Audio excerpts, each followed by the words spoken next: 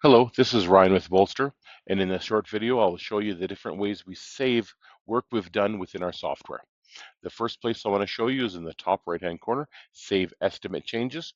By clicking this, we save the work we've done within the template or proposal we're working on. We definitely want to hit this button often as it'll save the work as we're doing it in case we have to close the tab, shut our computer down, or do anything else that we might not want to lose the work we've done over the past amount of time. The other way we want to save items or assemblies, if we want to save them to our library, is by clicking on next to each item or assembly, the 6 dots, and we can click Add to Library. Before we do that, though, we might want to save it in a specific location.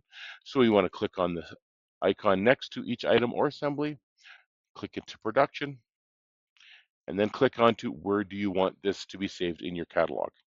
Clicking the drop-down menu item, we can now pick the category in our catalog where we might want to save it to, or if we want to create a new category, we can click on the plus icon here and create a new category within our catalog.